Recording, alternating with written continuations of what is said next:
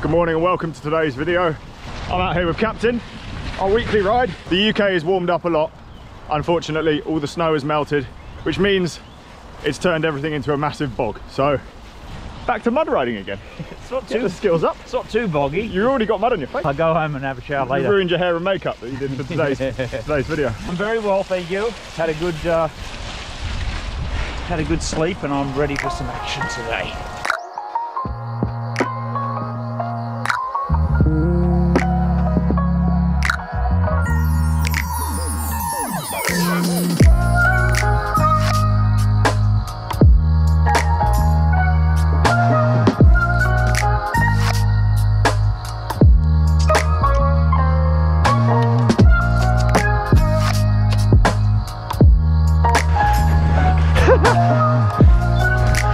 So many times I've messed up that little climb right at the start of the ride and I end up unclipping because I hit like a root or something. Today, success. Gotta catch my breath. Sits on the front of the saddle and you put your body weight over forward, but keep your weight on your nose of your saddle. So it gets your traction and you can get up there. Yeah, I don't think the, well, can't see for a start. The footage won't do it justice at all. It's so steep that you feel like your front wheel's like picking up. Yeah, so you just can't get enough. So you just lean your body, act, right? Yeah, lean your body forward and sit on the nose of your saddle and it's okay. Apparently there's a lot of stuff like that in marathon racing, so yeah, see what happens. And you practice. can save, like, obviously if you can get up those hills and then push over the top and instead of getting off and getting back on, you know, it's 20, 30, 40 meters. So. And it ruins your flow and everything, right? Your heart rate's up because you're walking. What's that? Flow. Oh! Good bit of trail, good bit of trail. How are your fingers? Yeah. I got whipped. Glad I got these gloves. Whip it good. Snake. So I made a couple of changes to my mountain bike. Didn't have a chance on the snow day to show you. Finally got a suspension lock, which is good.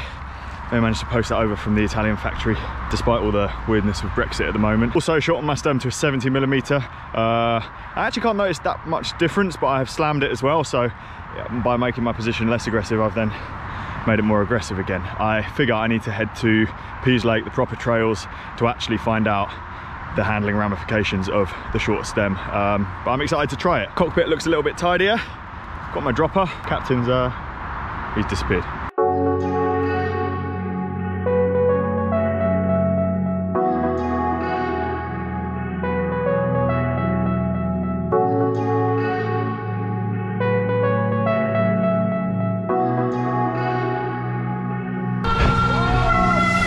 Oh, what? The hole of death. I bet someone's dug it up.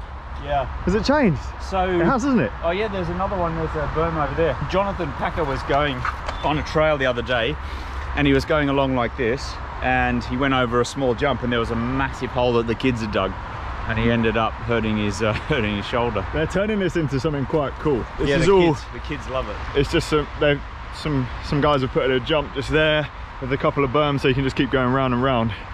I guess. Well, if you can't go Pease Lake at the moment because it's all at 50 too far away. Plus, I think I'm still a kid, so let's have a go. Yeah, let's have a go. Oh! Oh.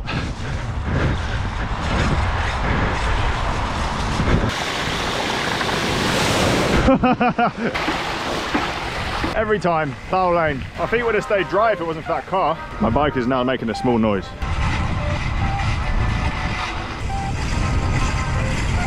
We're through.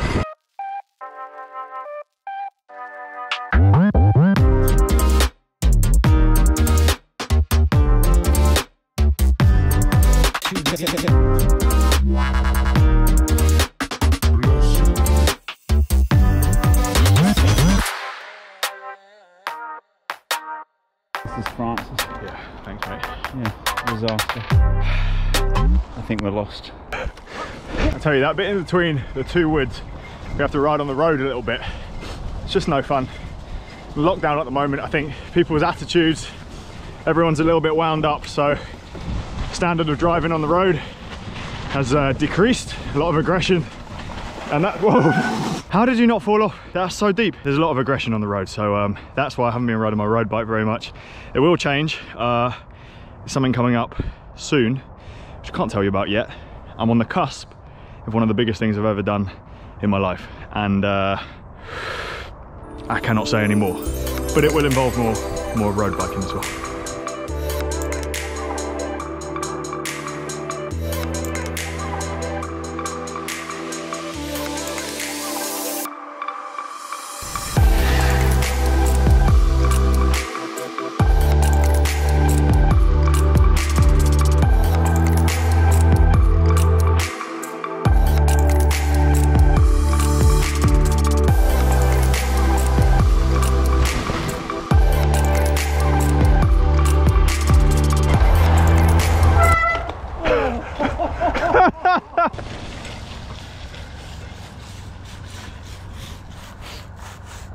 What are you doing? Cleaning my shoes. They had mud on them because you took me the wrong way. I've just been following you. Francis, we're heading home now, okay? It's down this way. Okay, Captain. Got a mountain bike. Yeah, right, it's a kid's bike. Your size then. Thanks. Penguin. What he's got to do is Can you walk with that? and you walk like a penguin. So I'm experimenting with living in a sleeping bag for a year. Yeah. I'm 2 days in. Well, because lockdown wasn't hard enough, so you've made it even harder. Yes. Yeah, okay. Yeah. It's all about attrition. So for next year, I'm going to be full of confidence, and and I'll be hot. In the summer, this is going to get hot. You're wearing clothes underneath now? I can't tell you that. It's a family show. I can't tell you that. People keep asking for road bike content, so I'll put some in. This thing. There you go. That's it. You're done. There's a road bike done. Yeah, road bike done. Pressure washing my bike clean did not take quite as long today, and it is now clean and ready. I can show you the little upgrades that I made. So I ended up going for a dropper from KindShock or KS. Unfortunately, none of the Pro ones were in stock, and I think that's a bit of a problem at the moment. Everything from Shimano is quite hard to get hold of, and they are the same company. This is a 100mm dropper. The lever I'm using is a Pro one. From what I can tell, things can get out of hand quite quickly on your handlebars with loads of levers and stuff, because there's quite a few things you can add to a mountain bike. I've tried to keep it as tidy as possible. This controls just the activation of the dropper. Underneath, I've added my suspension lock. It's a little bit harder to reach, but obviously you're not using it as much. Then finally, Protharsis stem. So exactly the same model of stem I was using, 90mm before. This is a 70mm, looks quite a lot shorter, and a little bit more of an aggressive angle as well. Still feels pretty high at the front compared to my road bike and gravel bike, but leaving a little bit on top so I can experiment with it. This stem is actually pretty cool. I guess in an effort to save weight, they've added this little threaded collar underneath. So you can actually adjust the headset preload just by tightening up these two bolts and then unscrewing the thread on the little cuff, and that squeezes your whole headset together.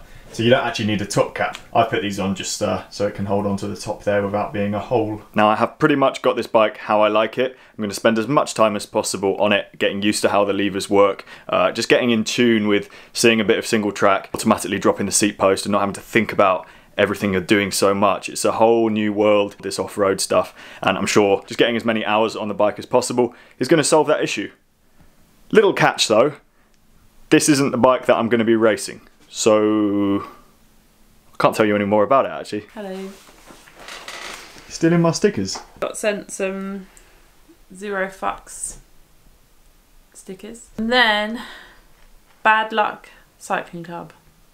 That looks Sent like it us says these. Bad Lick. And they sent us some t-shirts too, didn't they? Oh, so nice. And come to Jura, we're open and bored and it's quiet, but also stay at home, but also come out for a coffee.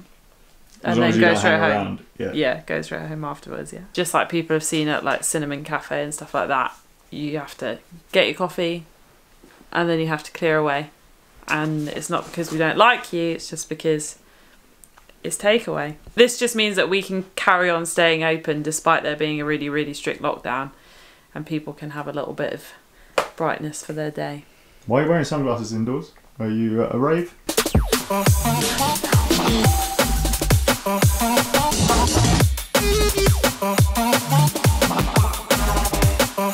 This top button, where is the top button? On the bottom. Ah.